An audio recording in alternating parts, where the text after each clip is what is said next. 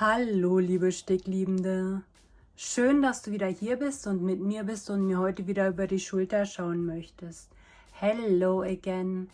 Und jeder, der ganz neu auf meinem kreativen Kanal gelandet ist, sei herzlich gegrüßt. Und es ist kein Zufall, sage ich dir. Es fällt einem zu, was fällig ist. Und wenn du hier gelandet bist, dann fällt ja vielleicht ein neues Hobby auf dich zu. Oder einfach eine schöne Zeit oder einfach nur irgendwas Neues, was dich aus welchem Grund auch immer interessieren könnte. Es wäre natürlich sehr toll, wenn du auch ein Abo dalassen würdest, wenn es dich natürlich interessiert. Nicht wahr, liebe Leute von heute?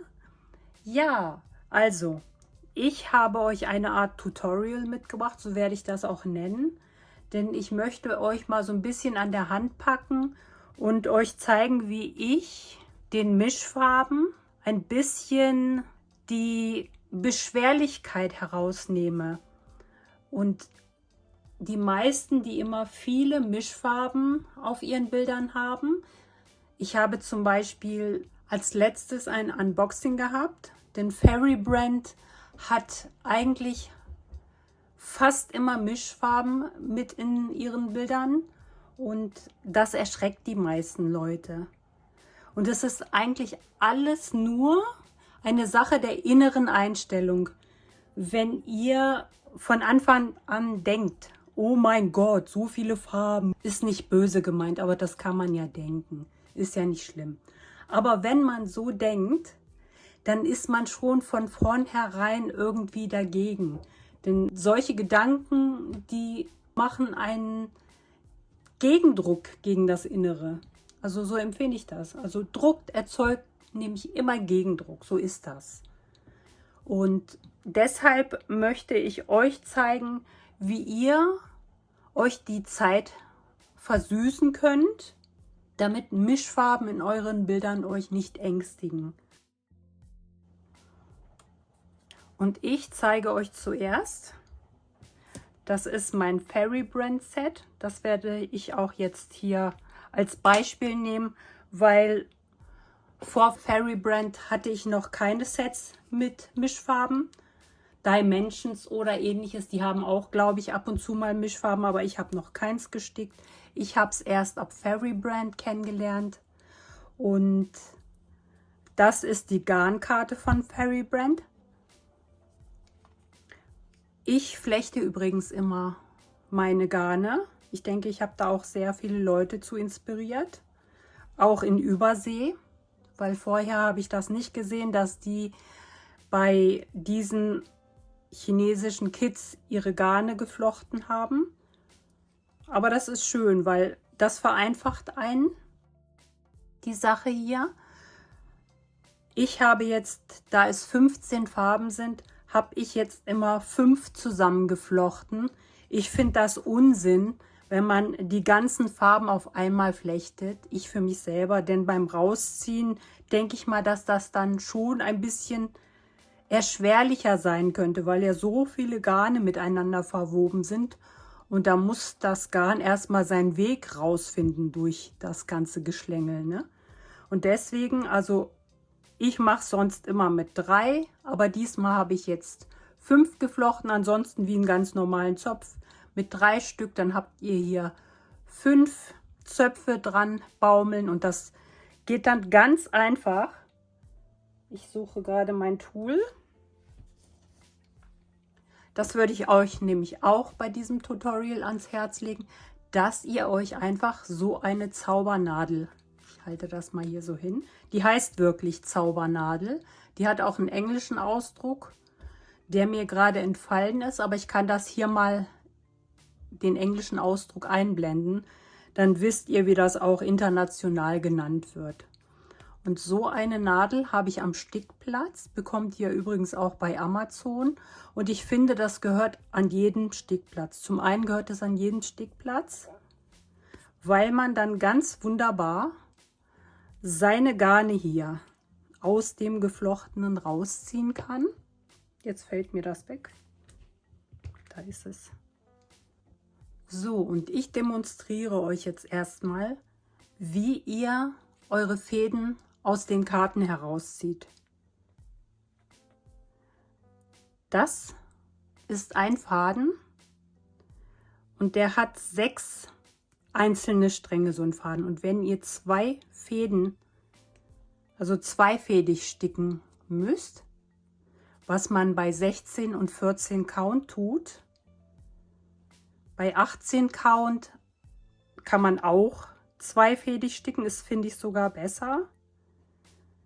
Aber manche sticken auch einfädig. Das finde ich sehr dünn für 18 Count, muss ich sagen. Aber das ist Geschmackssache. Das ist nicht in Stein gemeißelt. So, also, wenn ihr zweifädig sticken müsst, dann nehmt trotzdem nur einen einzigen dünnen Faden hier raus. Nicht 2 auf einmal hier rausziehen, dann kann euch das verknoten und dann kann euch das nerven, das rausziehen. Ich habe jetzt hier einen einzigen Faden auf meiner Zaubernadel. Ich liebe die wirklich.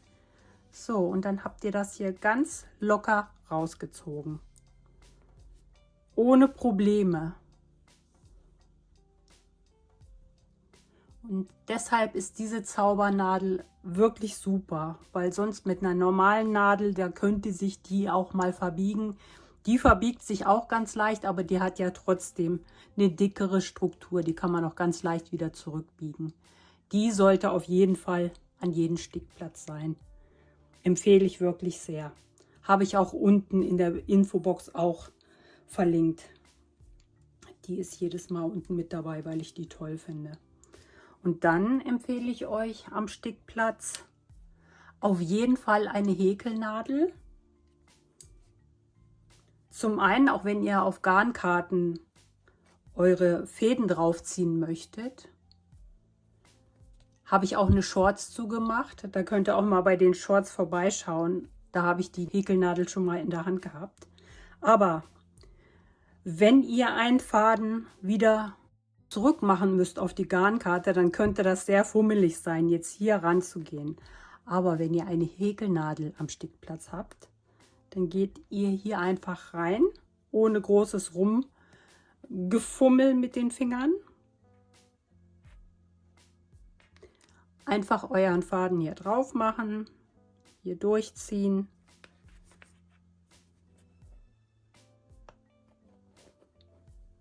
Und dann habt ihr euren Faden hier ganz einfach wieder reingehängt. Mit den Fingern kann das schon nervig werden, bin ich mir sicher. Weil es mich selber auch immer nervt, wenn ich da so lange rumfummle und ich kriege das nicht raus. Also, mein zweiter Tipp, habt auch immer eine Häkelnadel am Platz. Ich würde eine etwas dünnere nehmen. Ich habe auch zu Hause eine, aber ich habe die nicht gefunden, weil ich kann auch häkeln, was ich aber schon ganz lange nicht mehr getan habe. Deswegen ist meine jetzt so ein bisschen dick. Genau. Ja. Und ich zeige euch jetzt, wie gesagt, dass ihr euch den Schrecken rausnimmt von den Mischfarben.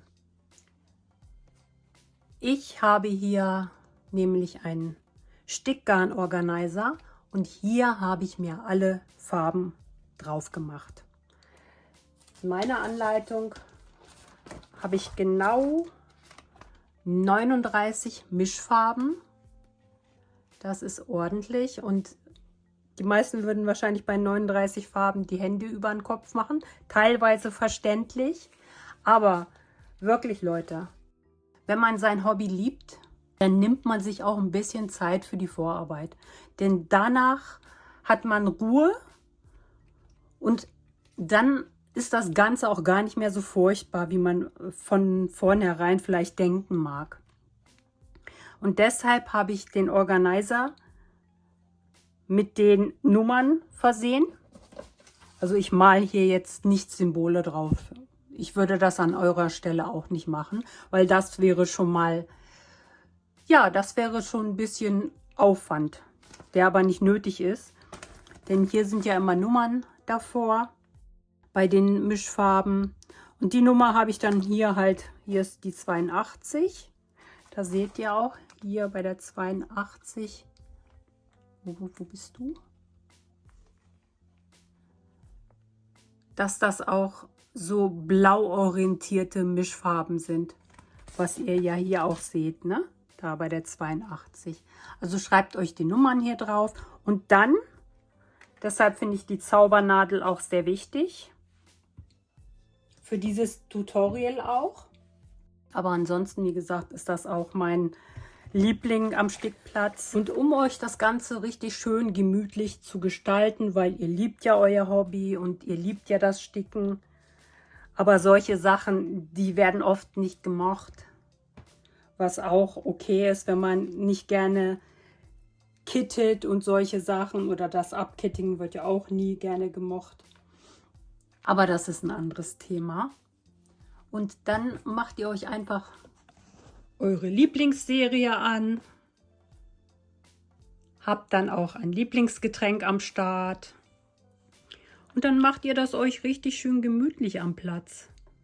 Dann breitet ihr euch hier aus und dann, während ihr eure Serie schaut oder vielleicht irgendein schönes YouTube-Video, was auch vielleicht länger ist, oder ein Hörbuch oder ein Film, was auch immer, also irgendwas, was euch wirklich Spaß macht.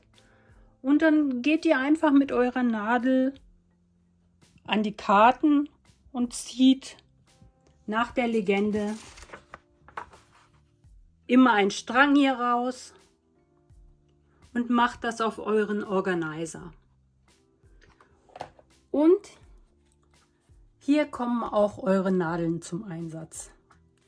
Entweder könnt ihr, nachdem ihr alle Farben hier drauf gemacht habt, hier seht ihr das, ne? Das sind die Mischfarben. Das sind immer die 2 Farben, die ich hier zusammen drauf gemacht habe, laut meiner Legende. Und wenn ihr möchtet, haha, Magnet, deswegen fällt hier nichts raus. Wir bekommen ja bei den Fairy Brand Bildern auch immer tolle Goodies dabei und viele, viele Nadeln. Und die kommen hier super zum Einsatz. Entweder könnt ihr euch jetzt auch immer von jeder Farbe eins schon vorfädeln, in dem gemütlichen Flow, in dem ihr seid. Das nimmt wirklich die Schwere, wenn man nebenbei was Schönes guckt und gemütlich sich freut, dass man dann, wenn man am Bild sitzt, dass man schon alles schön vorbereitet hat. Dann ist das doch nicht schlimm. Haben wir die Zeit wirklich nicht? Und ich sage es nochmal, auch wenn es manchen nicht gefällt. Also muss man immer durch alles durchrauschen? Leute, muss man das? Wenn man jetzt sagt, ich habe keine Zeit, ja, wenn man sich für das Hobby hinsetzt, dann hat man die Zeit. Das Ausschlaggebende ist immer die Lust. Aber wie gesagt, mit der richtigen Einstellung, mit der Vorfreude für das Bild, dass man sich denkt, oh ja, ich werde jetzt gemütlich dann später einfach nur hier die Mischfarben ganz normal hier rausziehen. Ihr könnt euch nämlich auch immer dann die Nadel, da könnt ihr hier jeweils eins rausziehen von den 6er Strängen. Nicht vergessen, immer nur eine einzelne rausziehen. Und dann könntet ihr euch die hier drauf pieksen. Oder vielleicht so. Oder ihr macht das Ganze auf Garnkarten. Natürlich muss man nicht so einen Organizer haben. Man kann auch sich Garnkarten vorbereiten. Und holt euch solche Etiketten. Dann schreibt ihr hier die Nummern drauf von den Mischfarben. Und wenn ihr wirklich künstlich begabt seid, dann könnt ihr auch gerne, wenn ihr dann Lust drauf habt, die Symbole drauf malen. Aber wie gesagt, ich denke, das muss man nicht. Man muss nur die Legende zur Hand haben, einen Blick drauf werfen und dann klappt das schon. Und wenn ihr diese Etiketten auf die Garnkarten draufklebt, dann würde ich euch auch empfehlen, dass ihr dann Tesaband über die Etiketten macht, die ihr hier aufgeklebt habt. Ich reiße mir dann immer so ein großes Band ab und lege das hier noch über den Rand hinweg runter, damit mir das nicht so bei Zeiten dann, dass ich das nicht abpulen kann, so einfach, dass das hier schön fest ist. Also Tesaband finde ich dann auch wichtig. Und ich beschreibe meine Etiketten immer mit diesen wasserfesten Stiften von Micron. Das ist ein 08er. Den habe ich auch immer hier auf meinem Schreibtisch. Das ist ein Fineliner, ein wasserfester. Ja, und damit kann man das gut beschreiben, die Etiketten. Hier habt ihr nochmal eine Videosequenz von mir, die ich jetzt dazwischen schiebe, weil nachdem ich das Video abgedreht habe, habe ich gesehen, dass bei Fairy Brand ganz neu hier diese Sticker mit den Symbolen inklusive Nadelorganizer zur Verfügung stehen. Was für ein Zufall, aber ihr wisst ja, ich glaube nicht an Zufälle. Da gibt es dann einmal welche mit den Schaumstofforganizer und nur mit Etiketten. Und ich werde das selber auch bestellen, um zu sehen, wie die sind. Und die werde ich euch auch dann bei Gelegenheit zeigen. Denn ich finde das wichtig, wenn man bei seiner Stickarbeit das Ganze viel einfacher hat, wenn man unbedingt Symbole auf seinen Karten haben möchte. Ich denke, ihr müsstet euch das dann zerschneiden, die Symbole. So sieht das aus, als wenn es genau für diese Schaumstoffkarten gemacht sind. Aber wir haben ja alle eine Schere zu Hause, bekommen wir auch von Fairy Brand meistens immer noch als Goodie dazu. So, das wollte ich euch noch mal zeigen und ich mache jetzt mit meinem Video weiter. Oder wartet mal, wir klicken hier noch mal drauf, damit ihr euch das aus der Nähe ansehen könnt. Da. Also Etiketten zum Aufkleben mit den Symbolen von den Fairy Brand Stickbildern. Ich nehme mal an, das sind alle verfügbaren Symbole. Wird wohl irgendwie so sein. Ich kann euch das nicht sagen, aber ihr könnt euch das selber anschauen und ich werde euch das auch unten in der Infobox verlinken. So, ich mache jetzt weiter mit dem Video, wo ich auch hoffe, dass es euch hilft. So ist das, Leute. Also wenn man da wirklich gemütlich an die Sache rangeht, dann habt ihr einmal hier vielleicht 1-2 Stunden dran gesessen, aber dann ist gut. Dann habt ihr das. Und mal ganz ehrlich, wenn man ruhig an einem Platz sitzen kann und gerade mal Zeit hat und dann eine Lieblingsserie vor Augen. Bei mir ist es aktuell Supernatural, bin übrigens bei Staffel 9, Folge 14. Dann habe ich mir einen lecker Tee gemacht und dann schaue ich meine Serie und dann gucke ich auf der hier, welche Nummer haben wir denn? Dann gehe ich hier an meinen Garn ran und ziehe das mit meiner Zaubernadel raus. Und dann mache ich die Farben hier einfach ran und dann lege ich mir das an meinen Stickplatz. Entweder, wie gesagt, könnt ihr euch dann auch immer jeweils einen Faden hier rausziehen, nachdem ihr das hier gemacht habt und auf die Nadeln draufhädeln. Oder während des Stickens zieht ihr euch dann einfach, weil die ja schon so schön vorsortiert sind, einfach von eurem Stickgarn-Organizer runter. Die habe ich übrigens dann auch unten verlinkt. Die könnt ihr euch auch dann shoppen, wenn ihr keine habt zum günstigen Preis. Ja,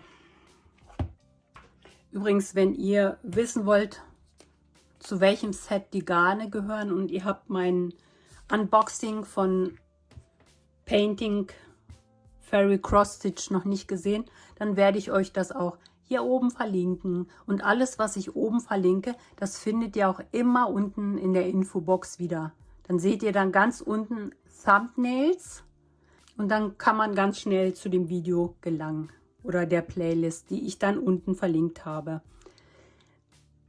Ja, also flechtet euch euer Garn. Am schönsten und einfachsten im Dreier. Nicht alle Garne auf einmal zusammen. Den Grund habe ich euch ja genannt. Und ja, dann könnt ihr loslegen. Und dann habt ihr wirklich noch mehr Spaß und ihr habt keine Angst mehr vor Mischfarben. Und ihr habt eine schöne Serie geschaut oder habt ein schönes Hörbuch dabei gehört. Ja, ist doch alles richtig chillig, Leute. Ganz ehrlich. Liebe und Leidenschaft sind ganz wichtig. Also, wenn man Liebe empfindet, dann ist das wirklich die stärkste Macht im Universum. Gibt nichts Stärkeres als Liebe und Leidenschaft. Ja, in diesem Sinne, habt Freude, auch mit Mischfarben. Und dann sage ich, passt gut auf euch auf. Und dann bis denne. Lasst euch nicht das Licht klauen. Auf Wiedersehen.